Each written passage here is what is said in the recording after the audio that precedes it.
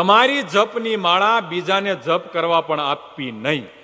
તમારી આંગળીના મારફત જે ઉર્જા તમારા બીજમાં આવી છે એ ડિસ્ટર્બ થઈ જશે. બીજા કોઈએ પહેરેલી માળા આપણે ક્યારે ભૂલમાં પહેરવી નહીં. એ પરિણામ સારું આવવાને બદલે અવળું પણ આવી શકે છે. આ નિયમો છે બધા.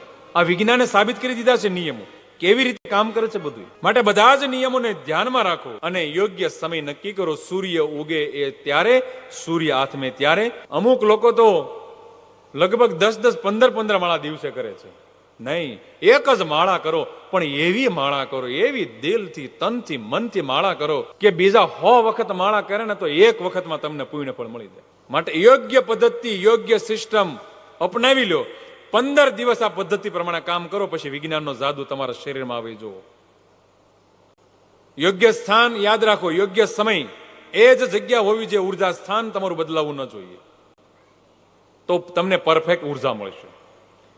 અને ઉગમણી દિશા એ શ્રેષ્ઠ દિશા છે. તનની શાંતિ માટે, મનની શાંતિ માટે ઉગમણી છે.